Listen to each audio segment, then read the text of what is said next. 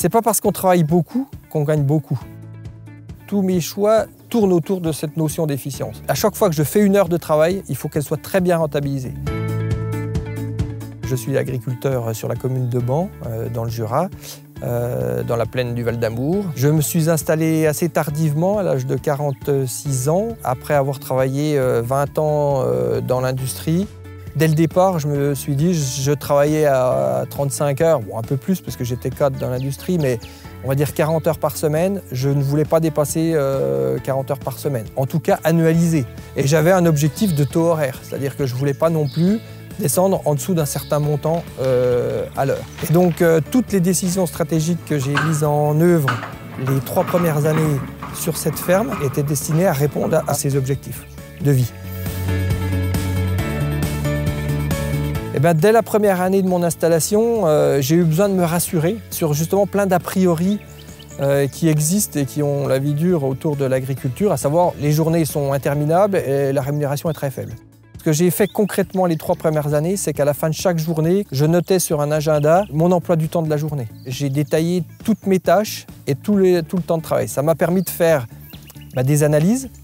Je me suis rendu compte que 35% de mon temps de travail, la première année, était dédié à de la manipulation de grains. Et vu que j'avais l'optique de chercher la meilleure valeur ajoutée possible, il fallait absolument que je sois maître de ma production et de la conservation de mes grains. Donc ça m'a permis dès la deuxième année de décider de là où j'allais investir pour pouvoir réduire ce temps de travail dédié à la manipulation de grains. Alors j'ai beaucoup travaillé sur la partie production, donc au champ.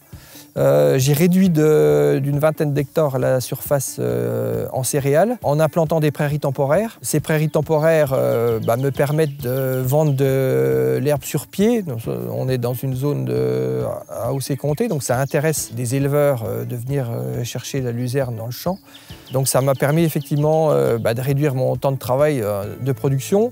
Après, j'ai d'autres leviers pour réduire aussi le temps de travail au champ. En pratique normale, je déchaumais l'été pour désherber. J'ai changé de stratégie. Maintenant, j'implante des couverts végétaux sous couvert de mes céréales pour ne plus avoir à travailler les parcelles l'été. Pas que pour ça, hein. Il y a la dimension temps de travail, mais il y a aussi la dimension fertilisation. Le milieu dans lequel on évolue change. Il change tous les jours. Le paysage de l'agriculture biologique est métamorphosé. Il y a plus de producteurs sur le marché. Les consommateurs sont tentés d'aller voir ailleurs que dans les produits bio. Donc même si vous avez atteint un point optimal, l'environnement fait que si vous ne bougez pas, demain vous serez en retard. Voilà. Il faut s'adapter en permanence. Oui. Mais c'est ce qui est sympa parce que sinon on s'ennuierait.